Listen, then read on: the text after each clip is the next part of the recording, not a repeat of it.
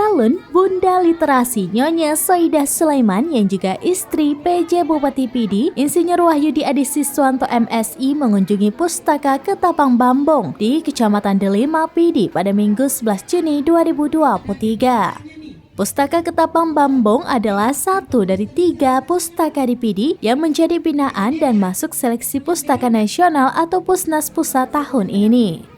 Sementara Pustaka Ketapang Bambong ini cukup unik digunakan becak motor atau bentor. Bentor tua yang telah rusak diperbaiki, kemudian didesain membuat rak-rak atau etalase untuk meletakkan sejumlah buku. Kemudian untuk anak-anak disediakan kursi dan meja untuk membaca buku. Hal ini dilakukan karena belum memiliki gedung khusus untuk pustaka di Gampong Ketapang Bambong, Kecamatan Delima, Pidi. Selain Pustaka Ketapang Bambong, ada 2 lagi jadi binaan Pusnas, yakni Pustaka di Gampong Balai Rastong dan Metanoh, keduanya di Kecamatan Pekanbaru.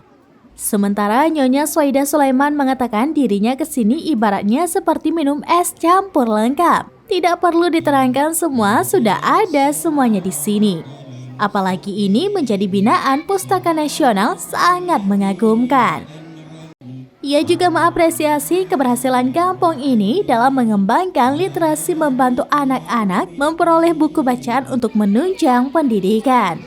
Maka dari itu, dengan belum adanya gedung, ia mempersilahkan diusulkan dan meminta anggota DPRK yang hadir di sana, yaitu Tengku Haji Abdullah Ali, bisa membantu merealisasikan pembangunan gedung pustaka di Gampong Ketapang Bambong.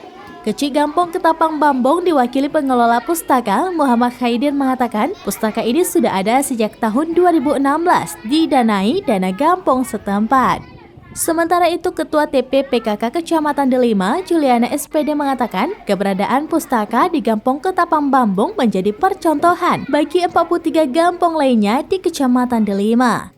Disebutkan keberadaan pustaka ini dibuka seminggu 2 hari, yakni hari Jumat selesai sholat Jumat dan Minggu pagi selama 2 jam per harinya. Dari Pidi, Nurni Hayati, suramnews.com.